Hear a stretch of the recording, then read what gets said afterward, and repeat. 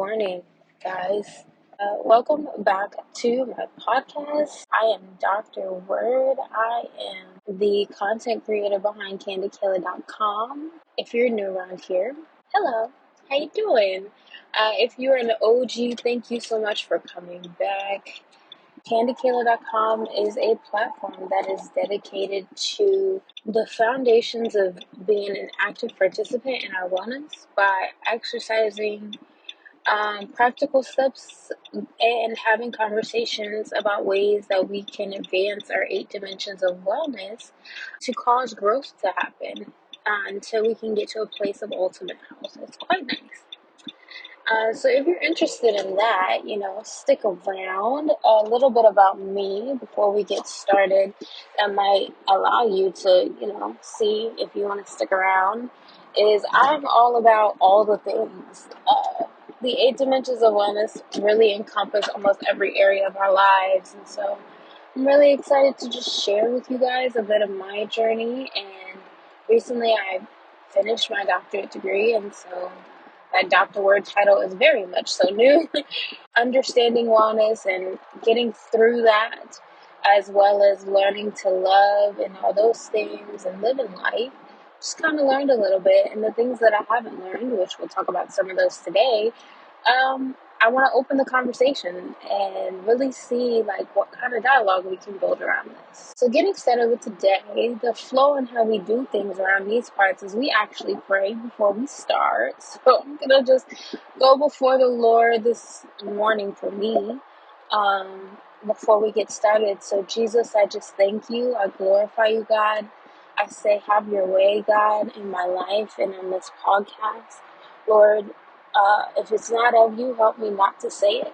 Ask that you would work in and through me, and that you would be with us, and that your word would come forth in this conversation, and that it will spark dialogue, Lord, and that it will help change lives, God, that your word would be transformative on today. In your mighty name I pray, amen. So today I would like to talk about what it looks like to take the narcissism out of our wellness. And child, that is, when I tell you loaded, so very loaded, but we're going to try to get through it the best way we can. What do I mean by narcissism in our wellness? Because it isn't wellness about us. And I think starting off with narcissism, not just to be self-centered, right?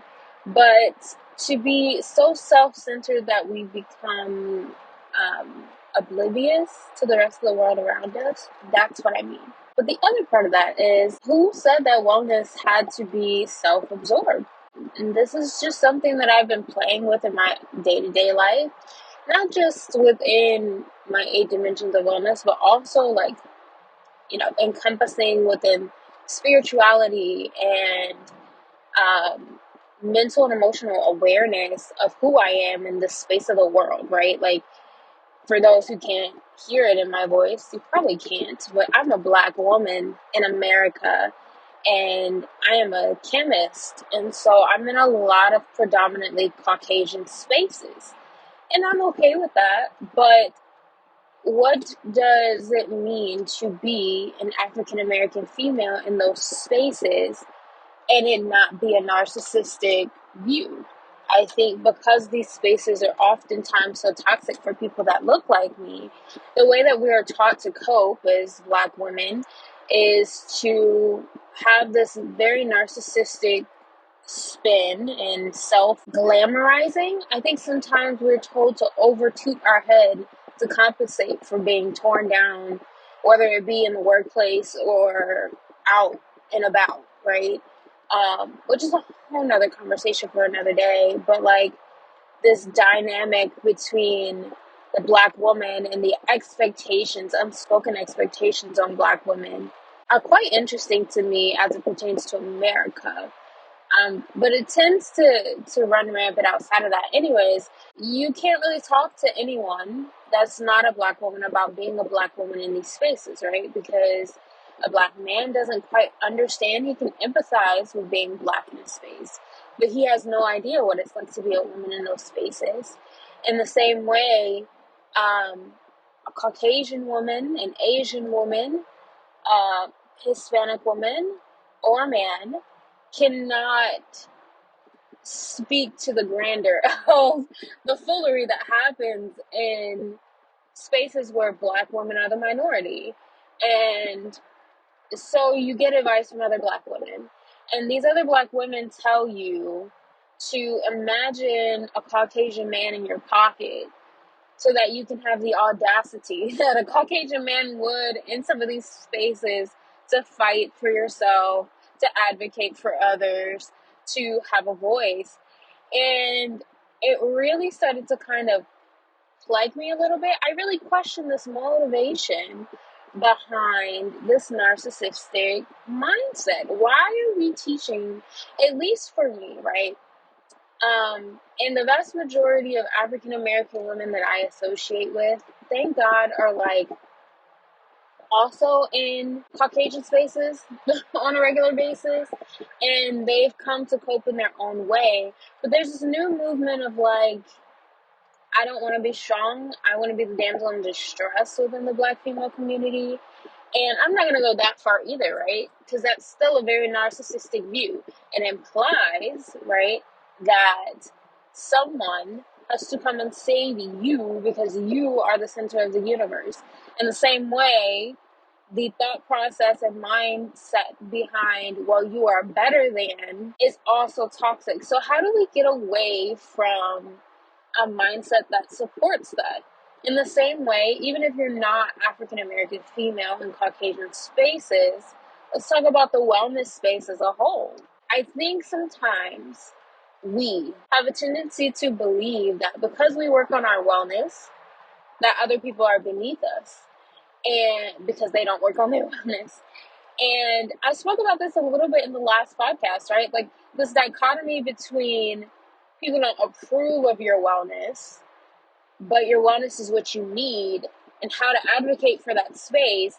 And it can kind of come off as though it's like, no, I'm better than them, or I know this is good for me and I'm not going to listen to anyone. You can't be so oblivious to how it affects other people, right? I was very clear about acknowledging that your wellness and your wellness journey does affect other people. That's important. You can acknowledge it. That doesn't mean you have to convert, though, to whatever it is that they want you to do, because what they want you to do might not match with your health. But in the same way, talking today about all of this, this dichotomy between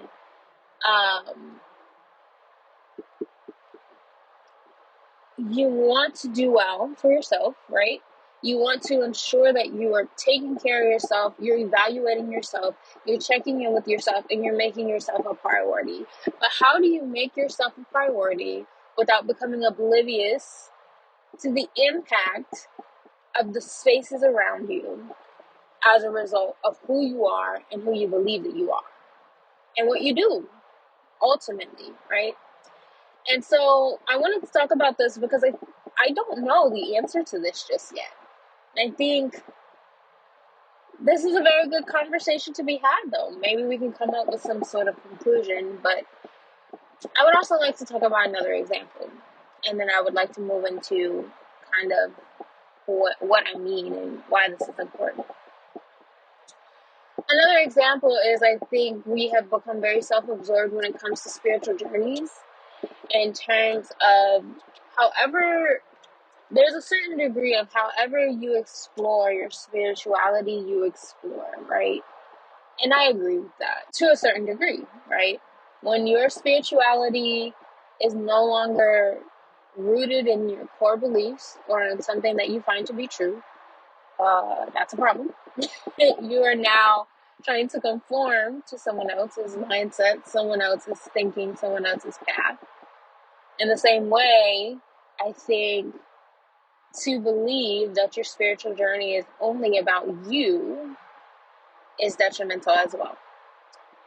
The example I'd like to give is that as a Christian woman, okay, the Bible is what I live by, but to read the Bible and view the Bible from a lens of how it can help me do X, Y, and Z only, without the foundation of who it should change you into and why it's important. Like, we don't, I think it's important, and I do this sometimes too, not on purpose, but because I speak from a wellness space, I can speak about the Bible, right? And when I talk about what God is doing in my life, sometimes that can come off as, well, we use God, or I use God in this space to advance my growth. But that's not the purpose. That's not the case. I mean, it happens to be a symptom of the overall root cause. And the root cause, which I am guilty all the time of forgetting to explain clearly, especially when I'm in spaces with people who don't necessarily believe like I do, or don't understand. Like, I feel like the biggest thing is our spiritual journey, yes, is a journey that we are going on, but it's for the purpose of the glorification of your core beliefs. It has very little to do with you aside from the fact that you are a participant within the flow of your faith. With that being said, like, as a Christian, my number one goal in life is to glorify God. The byproduct of that is growth. The byproduct of that is miracles in my life. The byproduct of that is being blessed, but that's not what we do it for, right? We should do it for the glorification of our core beliefs, with the understanding that our core beliefs and our active participation within and for our core beliefs is the backbone of what this world needs, right? And it's, again, taking the perspective off of ourselves and putting it on what is the value associated with what we believe about ourselves and how we show up into this world and the impact that we leave on it. And that, I believe, ties into what wellness is all about. Wellness is not really about you. I mean, it is. You do benefit from it. But how are you going to show up differently in the world, right? So the motivation behind KandidKayla.com is we're all about growing ourselves, in ourselves, and for ourselves through the 8 dimensions of wellness. In ourselves, we need to grow. For ourselves, because there's a certain level of responsibility and ownership that we have to have over our wellness journey.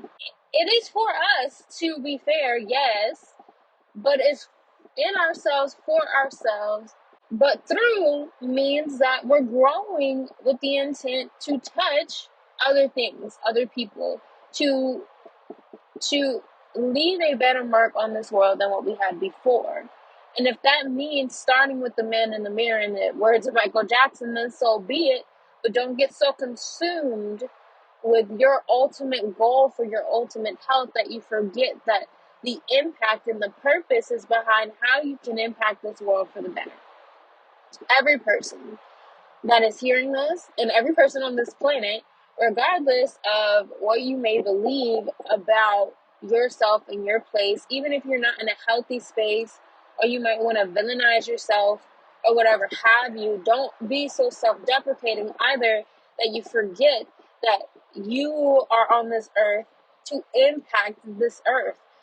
The only reason why you were ever created, right, was for some sort of impact, whatever that impact will be, right? That has to align with your core beliefs and what you believe about who you are.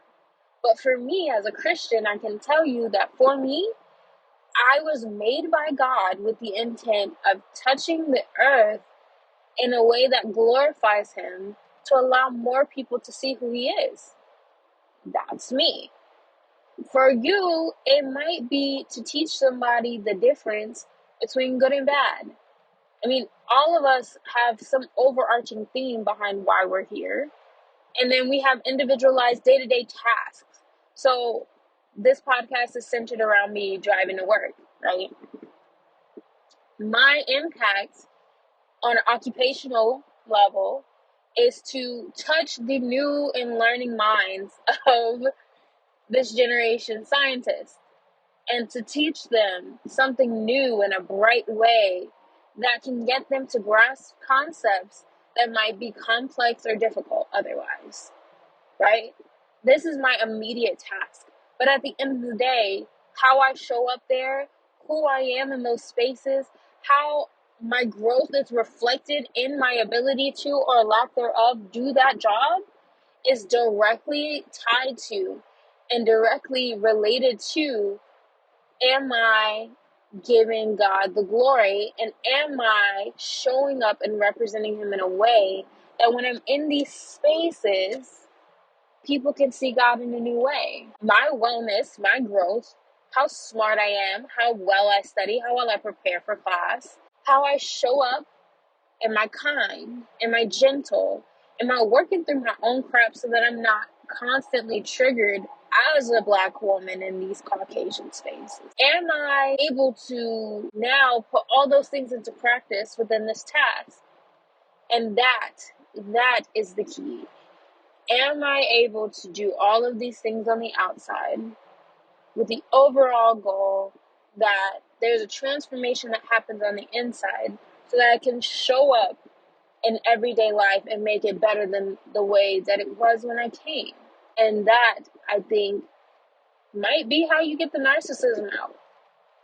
There's a lot of I's and me's and we's in that still, but to not take ownership of your narcissism is very detrimental as well. Because we're all a tad bit narcissistic. We get offended, it's about how I feel.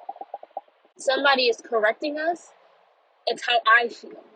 You know what I mean? I am being redirected. It's about how I feel. I get a promotion. It's about how I feel. I fall in love. It's about how I feel. And so often we're so consumed with how we, or how I or me, right, are experiencing things that we forget that the overall impact is bigger than you. Example again, I think a lot of us in our 20s are like looking for love or trying to find love or whatever have you. I'm very open about my singleness journey and how much fun I've had and how much fun I'm having. Just experiencing life without the rope of, oh, I have to fall in love, I have to make this work, just for the time being, you know what I mean? And not to say it's not important. But from that lens, some of us got to look up from the fact that, like, okay, you fell in love with this guy or with this girl and it's beautiful. Congratulations. Why? What are y'all going to do together that you couldn't do alone? What is your purpose here? God's doing it for a reason. He brought you together for a reason. What's that reason? I mean, even if you don't believe in God, explain it. It can make sense. Is it just for how you feel? Or is it because you together can make a better impact on this world than you could by yourselves? Just food for thought, you know? Or even more so, when you're going through a rough time, right? I always see people all the time and they go through breakups and they have these experiences that are just so negative, and they want to ask God why, but maybe it's not asking God why in terms of like, take this from me, but more so of asking God why you're doing this. You know, why are you going through this? And it's probably for an effort to touch someone else, to help someone else. 95% of the time, at least for me personally, when I'm going through something, someone else is going through the exact same thing in my life. And all I have to do is keep my eyes open and open my mouth. And in me being like, hey, I'm going through such and such, this other person will be like, me too. And then I can tell them how God has brought me thus far. And they can talk about how God has brought them thus far. And then we begin to encourage each other for the purpose of bringing glory to God, right? We both grew from that as a byproduct, but it builds faith. Whether that faith be in yourself or in God or in your responsibility or your ability to hear yourself and to be an active participant there, whatever it is. None of this is just for us. This world is not just for us. You don't just get to come and suck and take away from it and leave. You should always give back for no other reason. When we die, they put us in the ground to give back the nutrients to the soil. They put us in the ocean to give back the nutrients to the fish. Wherever, however you do, you're decomposing once you're gone. The truth of the matter is, we give back to this planet. It's fundamental. So how much more could you give back if you actively worked on that day in and day out?